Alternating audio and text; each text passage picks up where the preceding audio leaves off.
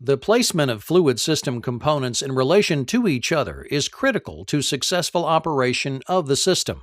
Fluid naturally flows from areas of high pressure to areas of low pressure. Pumps operate by creating low pressure at the inlet, which allows liquid to be pushed into the pump by atmospheric or pressure head. Pressure head, also called static pressure head, static suction head, or static head, is created when the reservoir is placed at a height higher than the center line of the pump and is the measure of distance from the pump to the tank. This creates a positive inlet pressure and helps fluid flow to the pump. Most pumps will tolerate only a small amount of positive inlet pressure, usually less than 15 psi, so elevation of the reservoir should not exceed 10 to 15 feet above the pump. If the reservoir is placed too high, the increase in inlet pressure can blow out the shaft seal of most pumps.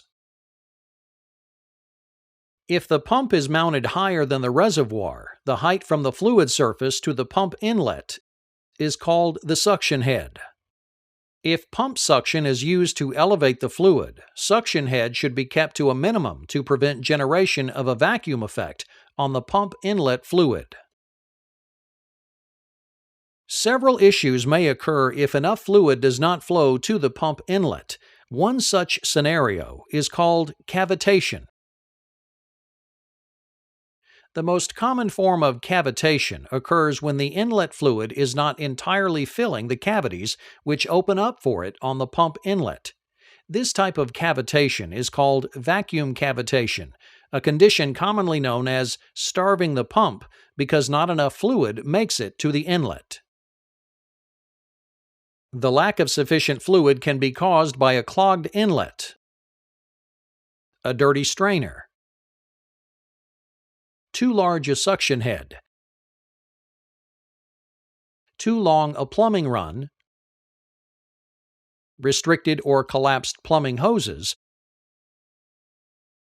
or too viscous a fluid, such as when the temperature drops and oil thickens.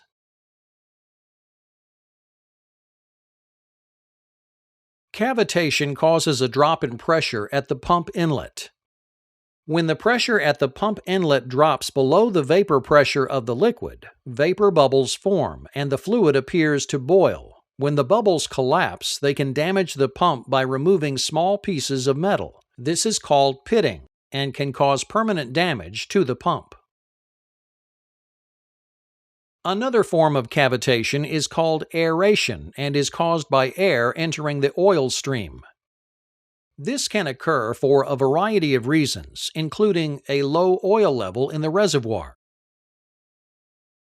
leaks in the inlet plumbing line, especially at unions and joints, and worn or dislodged seals in other hydraulic components such as pumps, cylinders, or valves.